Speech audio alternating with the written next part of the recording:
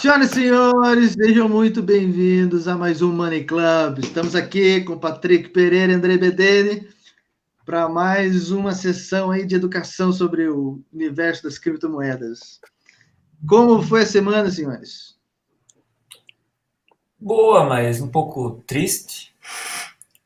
Nosso Bitcoin não passa dos 50. Tá meio para baixo aí nesse mês de setembro. Então, é isso, né? Eu acho que está seguindo o programa, as métricas são boas, o mercado está indo bem, o que está acontecendo precisa acontecer, e a gente vamos começar o hiperciclo. Acho que para mim está tudo certo.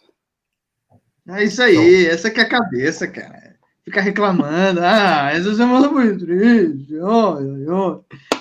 Notícias, quero notícias agora. Cara, a grande notícia da semana é El Salvador, né, que começou a funcionar com o Bitcoin, e inclusive o presidente lá, o Nayib Bukele, ficou tweetando, né, compramos os primeiros 200 Bitcoins, compraram mais 100 Bitcoins, enfim, eles estão com 550 Bitcoins até onde eu acompanhei. Falando em compra em Bitcoin, o Michael Saylor também anunciou mais, acho que o quê, mais de 5 mil, mais alguns Bitcoin que ele comprou essa semana também.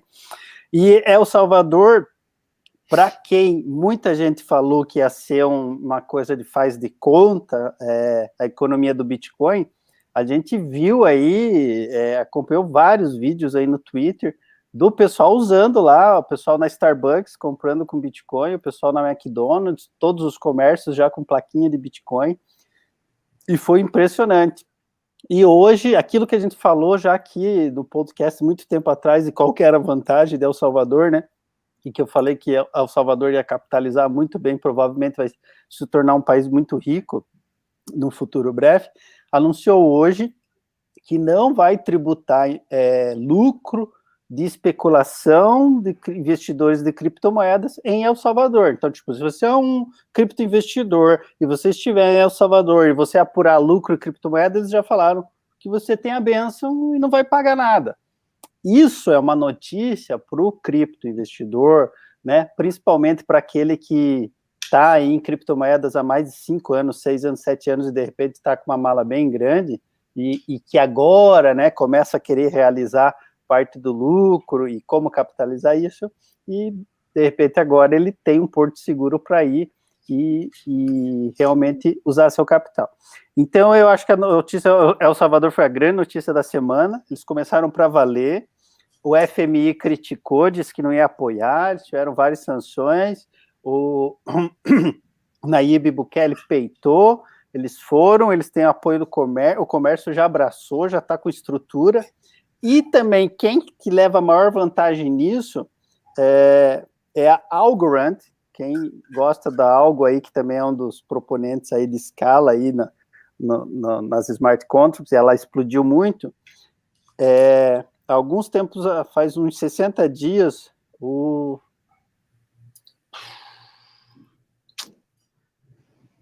Michael Harrington, que é o cara da Crunch, que é um dos grandes players do Vale do Silício, montou um fundo só em Algorand, e ele anunciou, inclusive no Twitter, ele falou, Algorand vai ser o próximo grande player do negócio. E ele já sabia das coisas, é claro, a Algorand está fechada com o governo de El Salvador para desenvolver toda a estrutura de criptomoedas em El Salvador, certo? Algorand. Então, tipo, quem não tem, provavelmente é um tiro certo, porque eles vão estar atendendo toda a estrutura. Imagine, é um país que abraçou o Bitcoin como legal tender, como moeda corrente, mas não tem a estrutura, não tem estrutura nenhuma. Afinal, nenhum país tem uma estrutura para criptomoedas, né? Essa é a verdade.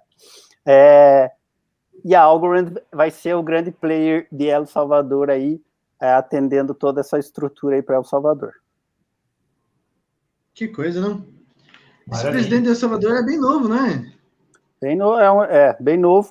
E um dos conselheiros ali da parte do Bitcoin, que fez parte ali do conselho, é mais novo ainda, um menino, que começou a minerar em casa, tinha 16 anos, hoje tem um menino, 20, 23, 24, é um dos conselheiros, então, tipo, são as oportunidades aí da onda tecnológica que dão espaço para essa garotada aí que já está familiarizada e abraçada aí com a tecnologia.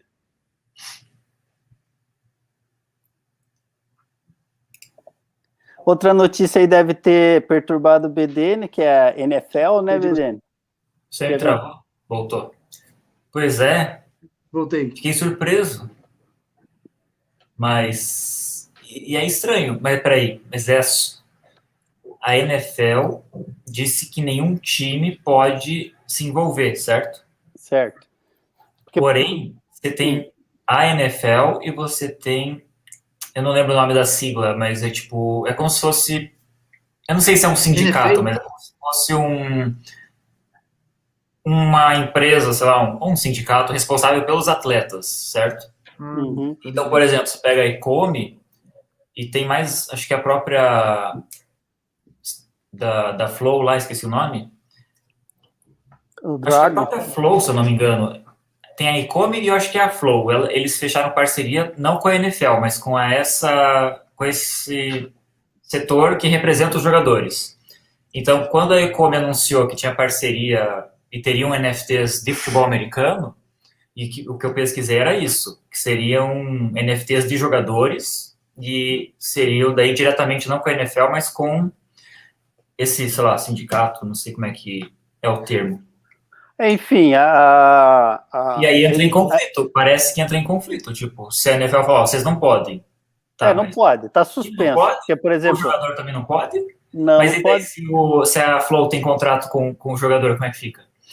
Bom, eles vão ter que esperar, entendeu? Porque o que acontece bem assim, eu não sei eu acho que é a Flow que tem, ela fechou com a NBA, foi aquele sucesso ali dos top shots e tal, e eles foram para cima da NFL, do futebol americano, e a NFL fez vista grossa e causou essa suspensão, que está suspenso os times de futebol americano se envolverem nas coleções de NFT.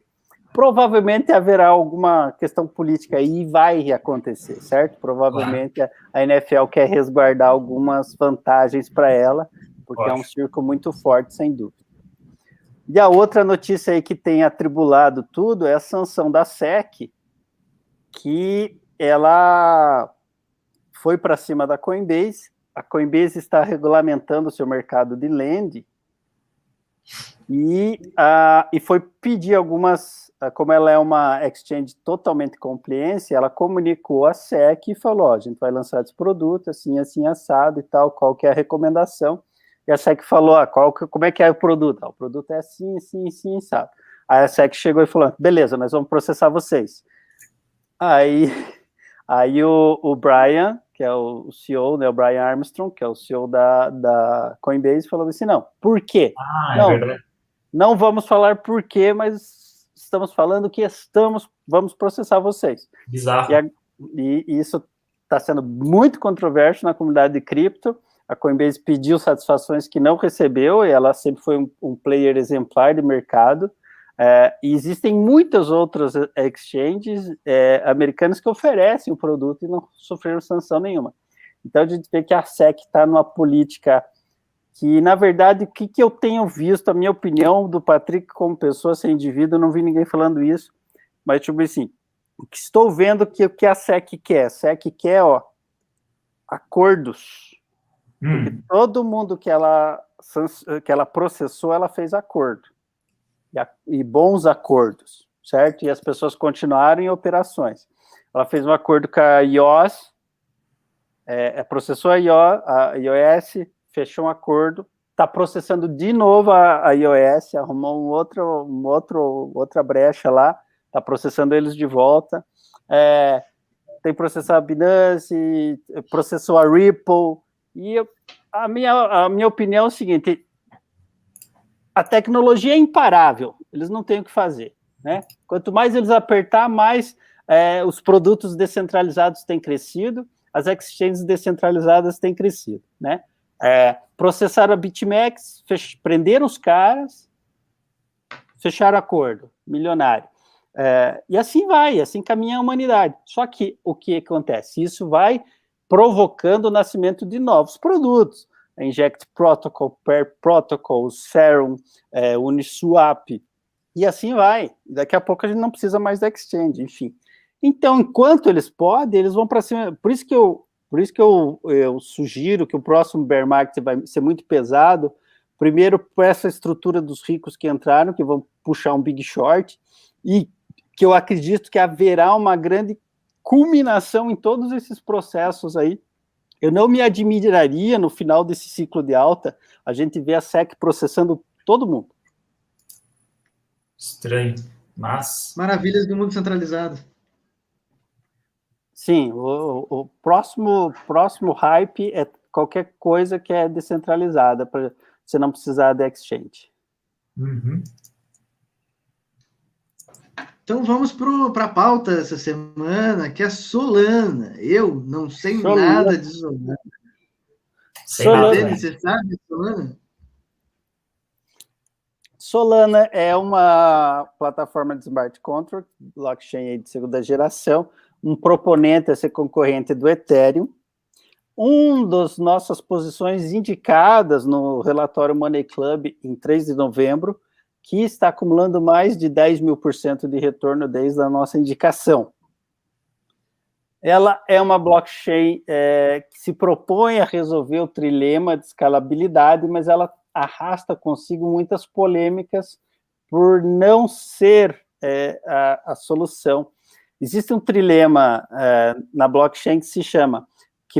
o trilema foi uma proposta, é um termo cunhado pelo Vitalik Buterin, fundador do Ethereum, que ele falou o grande urra da blockchain é quem resolveu o trilema. O trilema é descentralização, segurança e escalabilidade.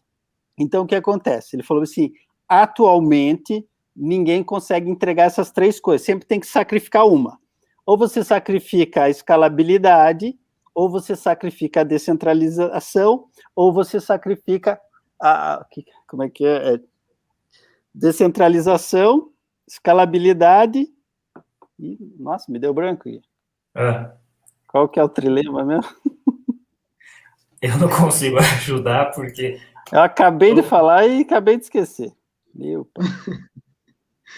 Ninguém está prestando atenção, que ninguém leu. Eu não manjei. Não manjo nem está prestando atenção. Descentralização, escalabilidade e segurança, tá? Segurança. Assim, ou você abre mão de um desses para focar em dois. Então, e o Vitalik falou, por exemplo, nós hoje, o Bitcoin e o Ethereum, abrimos mão da escala. Temos limite de transações por segundo, temos limite de escala, mas estamos focados em descentralização e segurança, que achamos que esse é o mais importante. Então, na opinião da Vitalik, a última perna para você resolver é a escala. Ele falou, hoje ninguém resolve. E quando ele propôs isso, falou, quem resolver isso vai ser o grande urrá da blockchain, é o grande expoente, certo? E muita gente tem se proposto a resolver esse problema de escala até hoje, e ninguém resolveu. A Solana é um dos que clama ter resolvido, né? Ela é uma blockchain Proof of Stake com Proof of History. É uma inovação que ela trouxe no consenso de algoritmo, que ela faz uma questão para reduzir ali o lag dos validadores para dar a velocidade. É um pouquinho complexo de explicar, eu acho que também não é necessário. Então, ela clama fazer 65 mil transações por segundo e ser totalmente escalável, e tem alguns comentários que meio da comunidade que também não entende muito o aspecto técnico, que diz que quanto mais usar, mais rápida ela fica, o que também não é uma verdade. Então, o que acontece? Eles sugerem que resolver o trilema. E quando se sugeriu isso, começam a vir outras pessoas mais técnicas e questionam muitas coisas. A gente começa a escrutinizar, né? Se você resolver, por exemplo, assim, por que estamos pagando FIIs absurdas no Ethereum? BDN, por que você paga uma FII absurda para fazer um bridge do seu Ethereum lá para o seu Axie? Congestionamento, falta de opções, talvez. Demanda.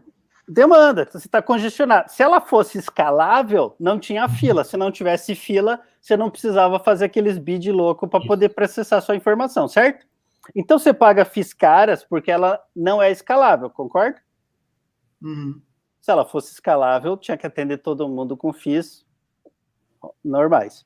Então a gente viu o Ethereum aí, uma taxa de saque 2 meses e meio atrás, você pagava $3, hoje está pagando 18. Para mandar um saque para outra carteira. Tipo, isso é 450% de aumento. Imagina no fim do ano. Hã? Imagina no fim do ano se tudo acontecer como esperamos. Então, daí o que acontece? Nós vimos uma explosão de todas as alternativas de FII baixa para a blockchain. A primeira explosão foi Binance Smart Chain, depois a gente viu a Matic, depois a gente viu a Phantom, agora a Vax, e no meio disso tudo a gente viu Solana capitalizando tudo isso. Acho que antes veio a Vax, depois a Phantom. Ok. É que eu estou falando de Phantom, eu indiquei Phantom em novembro, a 50 milhões de market cap, então tipo, foi 40 vezes de lá para cá. Enfim, todas elas têm seu lugar, mas todas elas têm uma questão em si, a questão de descentralização, e que não é tão escalável assim. Porque, por exemplo, se a gente pegar todas elas de quando abriu para hoje, também as FIIs subiram. A Solana, por exemplo, a gente voltar 2 meses e meio atrás, então, por exemplo, 2 meses e meio atrás, a gas fee da Ethereum estava $33 e da Solana estava 3,34. Uma gas fee para executar um contrato de swap, que é um contrato caro, certo? Hoje, na Ethereum, você está pagando 189 para fazer um swap, e na Solana, você está pagando 18,50. Então, o que acontece? Nós tivemos também aumento. Se a Solana fosse assim tão escalável, ela deveria ter mantido a sua FII super barata como sempre. Então, a gente viu a FII subir na Binance Smart Chain, a gente viu a FII subir na Polygon, a gente viu a FII subir na Phantom, a gente viu a FII subir na Vax, a gente viu a FII subir na Solana, a gente viu a FII subir na Algorand, a gente viu a FII subir na Tesla, a gente viu a FII subir na IOS e a FII subir na Tron. Inclusive a Tron, a única coisa que eles mantêm e eles estão firmes é o USDT via Tron $1 ever forever, né? Tipo assim, a gente só usa a Tron para mandar o USDT. Então, todas elas subiram a FII e todas elas trazem o questionamento. São realmente escaláveis? Então, vamos assumir que todas elas são seguras, mas vamos focar na Solana, que a gente está falando da Solana. Então, vamos assumir que a Solana ela está escalável, tá? Apesar dessa FII não corresponder, pelo menos na minha opinião, à sanidade da escalabilidade dela. E segundo, que ela é segura, porque sim, o algoritmo de consenso de pós mais o Proof of History é bem interessante para proteção. Ela é descentralizada, e daí nós temos várias polêmicas, que, por exemplo, como ela tem os nós validadores, nós temos várias polêmicas.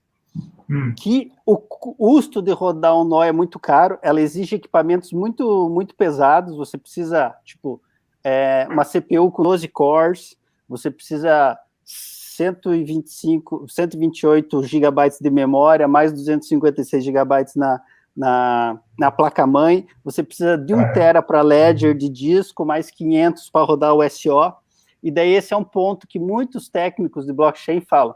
A Solana está capitalizando a velocidade dela no hardware que ela exige que os validadores rodem, certo?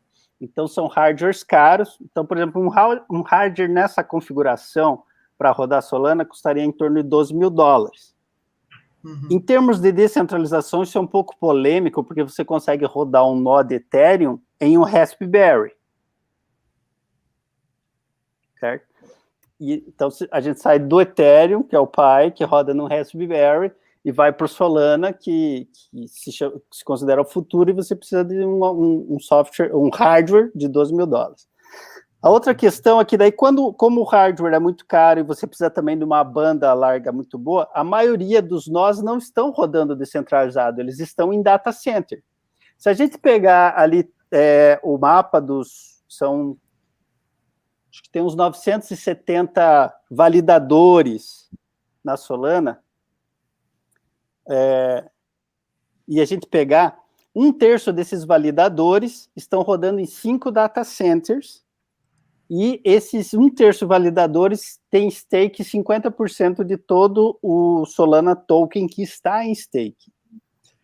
Então, isso, para um bom entendedor, meia estatística basta, né? Ela não é descentralizada, tá?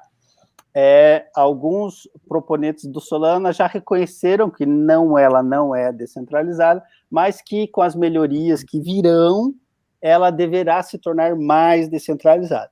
Então, com isso, a gente acaba vendo que ainda estamos em cima do trilema do Vitalik, que ela pode se considerar escalável por causa das 65 mil TPS, apesar de estarem sentadas em cima do hardware. Então, tipo assim, conforme ela cresce, ela tem uma demanda de hardware maior, talvez as exigências para o validador acabem ficando mais pesadas, porque ela não tem uma solução leve. Os custos se tornam caros, porque os validadores que conseguem validar bloco têm pelo menos 1.000 Solanas em stake. Então, apesar de você ter uma configuração, você entrar lá dos requisitos de validador da Solana para rodar um nó, ele vai dizer que você pode rodar com qualquer quantidade de token. Não é bem uma verdade, porque se você tiver pouco token, você nunca consegue validar um bloco, você não tem voto, e você é um zumbi, é um validador zumbi. Você está lá naquele ranking lá com 975, mas você nunca validou um bloco. Então, isso acaba também centralizando isso para os validadores que têm mais Solana Token em stake. Se você vê lá a proposição do Ethereum para stake, que vai migrar para stake, é claro que também você fala, precisa 32 Ethereums para fazer um stake. Tem até lá uma pergunta no fórum, falando assim, tem alguma vantagem eu ter mais de 32 Ethereums no meu nó fazendo stake? Eles falaram, não tem. 32, 50, 100 mil Ethereums vai ser entendido do mesmo jeito na blockchain, porque o objetivo é evitar a centralização e o poderio de vantagem concentrado de um nó só, que é o que você tem hoje dentro da Solana. Então, temos essa questão, algumas questões polêmicas. Então, é o seguinte. Então, Patrick, mas por que a Solana explodiu tanto? Falta de opção, talvez. Um motivo, tipo assim, outra coisa que alguém pode estar pensando, falar, Patrick, parece que você está falando mal da Solana, mas vocês indicaram Solana em novembro, e Solana é o top retorno do portfólio. Só está falando mal. Não estou falando mal. Solana. Eu não estou falando mal, estou falando a verdade. E a outra verdade é que a gente sabia que ela ia explodir por causa de alguns outros elementos da Solana que não são elementos técnicos envolvidos. E você vai aprender que no mercado de cripto, muita coisa que performa não necessariamente é uma grande melhoria técnica. Muitas vezes é uma orquestração que vai rodar por um tempo ou que precisa de outros elementos, né? Então, alguns dos elementos, por exemplo, que fez todas essas blockchains que a gente falou explodir, realmente foram as FIIs altas do Ethereum que empurram o mercado para essas opções. E muitas dessas opções se posicionaram bem. A que mais levou vantagem, sem dúvida, foi a Binance Smart Chain e a Polygon, por serem compatíveis com Ethereum. Então, você tem ali, você configura sua própria MetaMask, você migra com o próprio endereço, você consegue pegar a tua app lá em Solid e jogar em cima dela e ela sai rodando perfeitamente. A Solana, apesar de não ser EVM compatível, foram outros elementos que moveram ela. E a gente conhecia esses elementos quando a gente recomendou ela em novembro, com certeza, que eram os Big Pockets. Tem muito dinheiro forte por trás dela. E um dos caras que abraçou ela e a gente daí tinha certeza indiscutível que ela ia explodir é o Sam Bankman-Fried, da FTX, que aí é o multibilionário, que ele viu o que o CZ fez com a Binance Smart Chain, e como o CZ tinha alguma vantagem de desenvolvimento, porque eles já tinham desenvolvido uma blockchain para a Binance, e daí eles perceberam que a blockchain não ia para frente por causa que ela estava isolada na questão da EVM, aí fizeram fork do Ethereum e transformaram ela em Proof of Stake. E essa foi a grande sacada da Binance Smart Chain do CZ, e o Bankman olhou isso e falou, cara, dá muito certo, mas eu não tenho tempo e não haveria condição de fazer um fork também de novo e fazer tudo exatamente igual o CZ fez. Então, o que ele viu? Ele viu que a Solana já estava bem capitalizada, vários VCs, big pockets, com dinheiro gordo por trás. Ele falou, cara, é aqui que vou amarrar meu bode, entendeu? Abraçou a blockchain, começou a jogar dinheiro em cima, investimentos e dApps e tal. E se a gente vê as últimas explosões, Polygon, Luna, Avax, Phantom e Solana, todas elas fizeram anúncios de fundos de investimento. Então, tipo assim, agora eu não vou lembrar bem os valores, mas tipo, Polygon, 180 milhões para investimento de novas dApps, hackathons e melhorias. Luna também, 160 milhões. Solana aprovou 150 milhões, Luna 120 milhões, a Avax também nessa casa, todo mundo 100 e poucos milhões aprovado para patrocinar o desenvolvimento do ecossistema. Então, é claro que quando vem uma quantia dessa de dinheiro, todo mundo se anima com o ecossistema.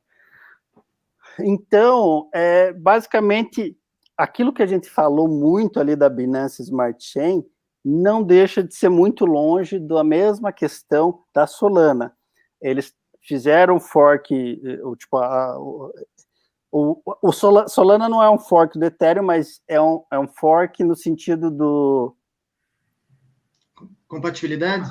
Da compatibilidade, da proposta, né? Tipo, de ser uma Smart Chain. A Binance é um fork puro mesmo. E transforma-se isso em Proof of Stake, porque baixa esse custo, você não precisa atrair mineradores que são público limitado. Aí você pode bater em cima do hype do ecológico, do sustentável, do baixo consumo de energia, enfim, e trazer isso. Então, basicamente, mais ou menos a tônica é essa. Agora, com essa agressividade do Bankman e algumas aplicações estratégicas que ele desenvolveu em cima, eles conseguiram essas blockchains, todas essas que a gente falou, Avax, Phantom, Polygon e Solana. Se você ver, você vai entrar lá em DeFi Lama e vai ver que, basicamente, elas estão ranqueadas em valor de market cap em cima do TVL, né? Que é o Total Value Locked, a quantidade de valor travado na blockchain, através de DeFi, ou de bridge, ou de stablecoin, ou farming, ou lend, ou seja lá o que for. Então, basicamente, essas blockchains estão sendo avaliadas por quanto dinheiro elas estão conseguindo trazer para dentro do ecossistema e travar nela. Basicamente, o mercado está avaliando elas nesse sentido. Eu nunca usei a Solana, mas é basicamente igual usar os outros, tipo, você instala uma carteira, configura a rede. Isso, você tem ela roda na Ethereum? Não.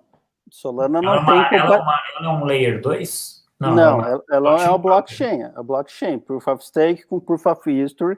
Ela não é EVM compatível, ou seja, bem assim, ela não tem compatibilidade com o Ethereum, ela é programada em Rust, né? Tipo, e não tem compatibilidade nenhuma. Agora estão querendo criar alguns bridges, tem algumas aplicações que querem rodar agnóstica entre Ethereum e Solana, Binance Smart Chain e Solana, porque ela ganhou muito espaço, então hoje seria interessante. Tem a NFT Studio, que quer lançar em cima de Substrato e Solana, a Power Game, que é lançar em Ethereum, Substrato e Solana, um bridge, ou seja, o token de videogame dela poderia estar rodando nesses três mercados.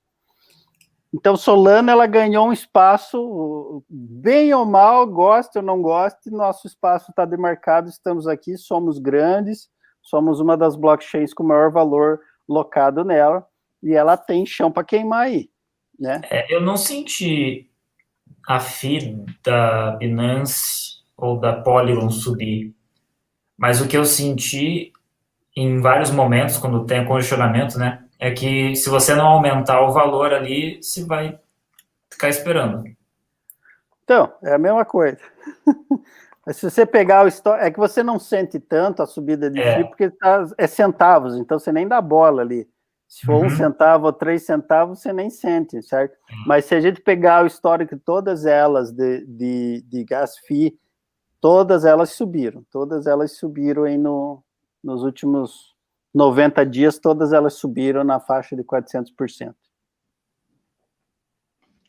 Foi a Solana que colocou a cara do Steve Harvey agora? Não? Meio que parceria, não sei o quê.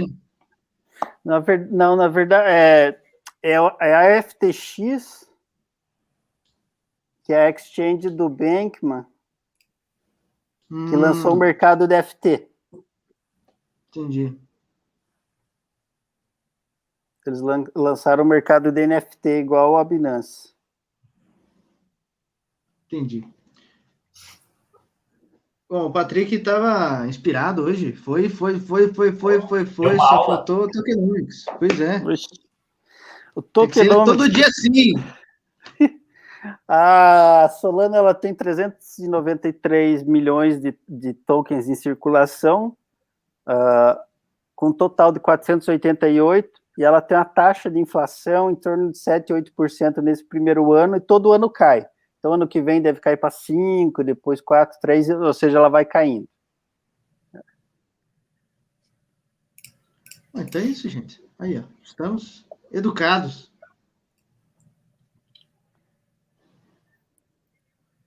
Não estou ouvindo vocês estão falando? Oi? Não, tava pensando. Acabou, então! Acabou! Aí não, teve um mais rápido, hein? Teve um que foi mais rápido, não teve? Um que foi menos de meia hora. Teve um mais rápido. Teve um de 25 minutos. Tá aí, ó. Um prazer, senhores. Mais um episódio aí pra conta. Digno de menção, quem nos acompanhou, nós estávamos fazendo a leitura das top 10, né? De ordem de 1 para 10. E agora o 10º lugar seria o SDC, não teria muito mais para falar do que a gente já falou de stablecoin, né? Do SDT. Mas a Solana invadiu aí os top 10, hoje está em 6º, e daí mereceu esse lugar ao sol aí. Pode mudar também, tudo pode mudar. Cara, esse programa é muito dinâmico, rapaz. Como o Patrick falou, Solana estava indicada no relatório, e quem quiser o relatório, moneyclub.capital, acessa lá. Tem o livro do Patrick e o relatório Money Club. Se você não tem, você tá, ó. Quantas vezes fez, Patrick, Solana? Solana, quase 120 vezes já da chamada, né? Meu amigo. O que mais você quer? Eu não preciso falar mais nada. Tipo, compra uma troca. Valeu, senhores. Tamo junto. Até a próxima. Boa semana. Fiquem com Deus. Um abraço.